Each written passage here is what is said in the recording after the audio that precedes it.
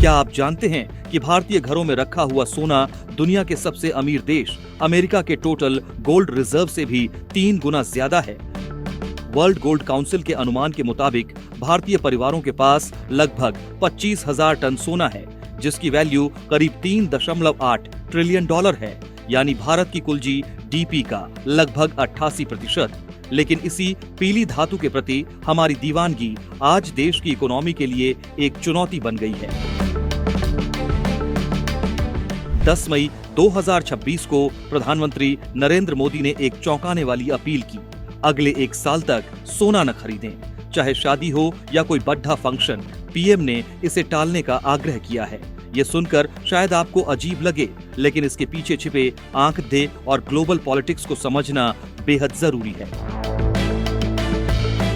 भारत दुनिया में सोने का सबसे बड़ा कंज्यूमर है, लेकिन विडंबना ये है कि हम इसका उत्पादन लगभग न के बराबर करते हैं। हम अपनी जरूरत का 99% सोना विदेश से इंपोर्ट करते हैं। जब आप दुकान से सोने का बिस्किट या ज्वेलरी खरीदते हैं, तो भारत सरकार को उसके बदले विदेशी मुद्रा खर्च करनी पड़ती है। मिडिल ईस्ट में बढ़ते तनाव और अमेरिका ईरान के बीच छिड़े घमासान ने ग्लोबल सप्लाई चेन को हिला कर रख दिया है। कच्चा तेल, क्रूड ऑयल पहले से ही महंगा है और तेल के बाद सोना ही वह चीज है जिस पर भारत सबसे ज्यादा पैसा खर्च करता है। भारत के कुल इंपोर्ट बिल का लगभग 9% हिस्सा सिर्फ सोना खरीदने में चला जाता है। पीएम मोदी चाहते हैं कि इस संकट के समय में हमारा विदेशी मुद्रा भंडार फॉरेक्स रिजर्व्स सुरक्षित रहे, ताकि हम तेल और जरूरी चीजों के लिए पेमेंट कर सकें। यह अपील एक तरह से आर्थिक देशभक्ति का आह्वान है। जब बात सरकारी खजाने की आती है, तो दुनिया के देशों के बीच एक अलग ही रेस चलती है। ग्लोबल गोल्ड रिजर्व के मामले में अमेरिका आज भी दुनिया का बेताज बादशाह बना हुआ है, जिसके पास लगभग 8,133.50 टन का विशाल भंडार है। इसके बाद जर्मनी 3,351.5 टन के साथ दूसरे और इटली 2,452 टन के साथ तीसरे नंबर पर आता है, जो अपनी करेंसी की स्थिरता के लिए भारी मात्रा में सोना बचा कर रखते हैं। फ्रांस और रूस भी इस लिस्ट में काफी ऊपर हैं, जिनके पास क्रमशः 2,437 टन और 2,333 टन सोना है। रूस ने तो युद्ध और प्रतिबंधों के बीच सोने पर अपना भरोसा और भी बढ़ाया है। चीन 2,303.50 टन के साथ छठे स्थान पर है, जो दुनिया का सबसे बड़ा प्रोड्यूसर और खरीदार दोनों बना हुआ है। इसके बाद स्विट्जरलैंड का नंबर आता है, जिसके पास 1,039.90 टन सोना है।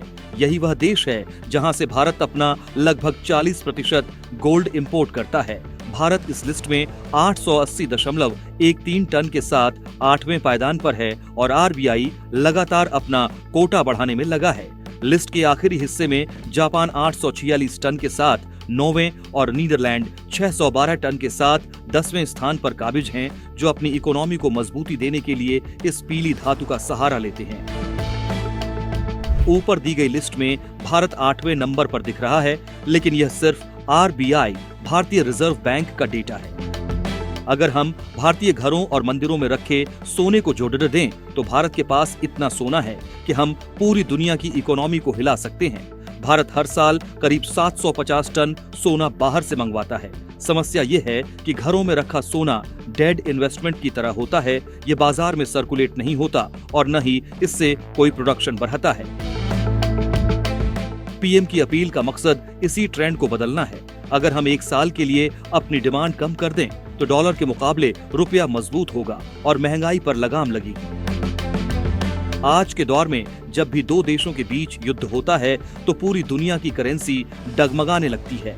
ऐसे समय में निवेशक स्टॉक मार्केट से पैसा निकालकर सोने में निवेश करते हैं, क्योंकि इसे सबसे सुरक्षित सेफ हेवन माना जाता है।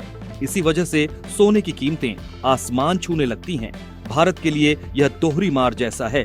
एक तरफ डॉलर महंगा हो रहा है, रुपया 95.40 के ऑल टाइम लो पर है, और दूसरी तरफ सोने के दाम बढ़ रहे हैं। अगर इस वक्त हम भारी मात्रा में सोना खरीदते रहे, तो हमारा करंट अकाउंट डेफिसिट CAD इतना बढ़ जाएगा कि देश की ग्रोथ रेट गिर सकती है।